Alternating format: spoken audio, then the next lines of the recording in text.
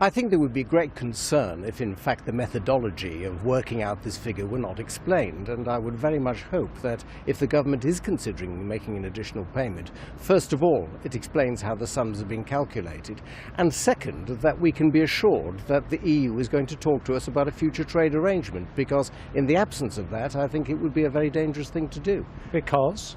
Because quite clearly the EU might just want to pocket the advantage of having the sum offered and then say we still want to talk to you about citizens' rights and about the Ireland border and a whole host of things before we get to the nub of the issue, which of course is what our future trading relationship is going to be. So we could actually end up paying more?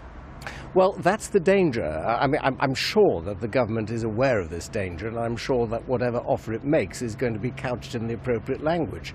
But that is a danger, and I think that everyone has to be aware of that. But how do you sell this to a public which was told that we were going to get back £350 million for the NHS? Instead, we seem to be paying billions to the EU. Well, that's exactly why the methodology of calculating this sum has got to be clearly set out.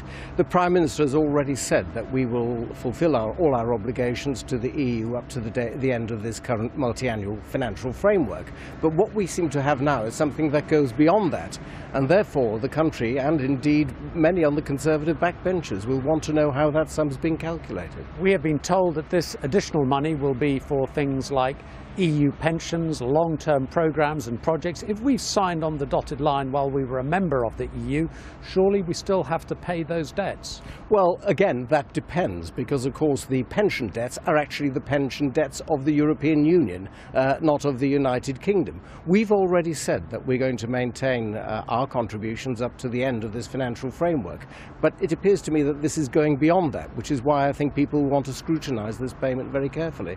Do you think we should just say we're offering 18 billion as part of our continuing membership, but that's it? I think that what we ought to be saying to the EU is, look, you are not negotiating with us about the future trade agreement, as Article 50 provides. We've now arrived at the point where we believe that you're kicking the can down the road. We've got little time left to us in order to put in place, for example, customs arrangements, and therefore we should say to them, well, look, we're going to suspend negotiations with you until such time as you're going to talk to us seriously about that future arrangement. And how quickly should we do that? I think that the December Council is the crunch time. I think that that is exactly the time when the government ought to be making its position clear. The EU have prevaricated for a very long time. I think we've been more than generous and more than patient. And now is the time for the EU, I think, actually to set out what its position is.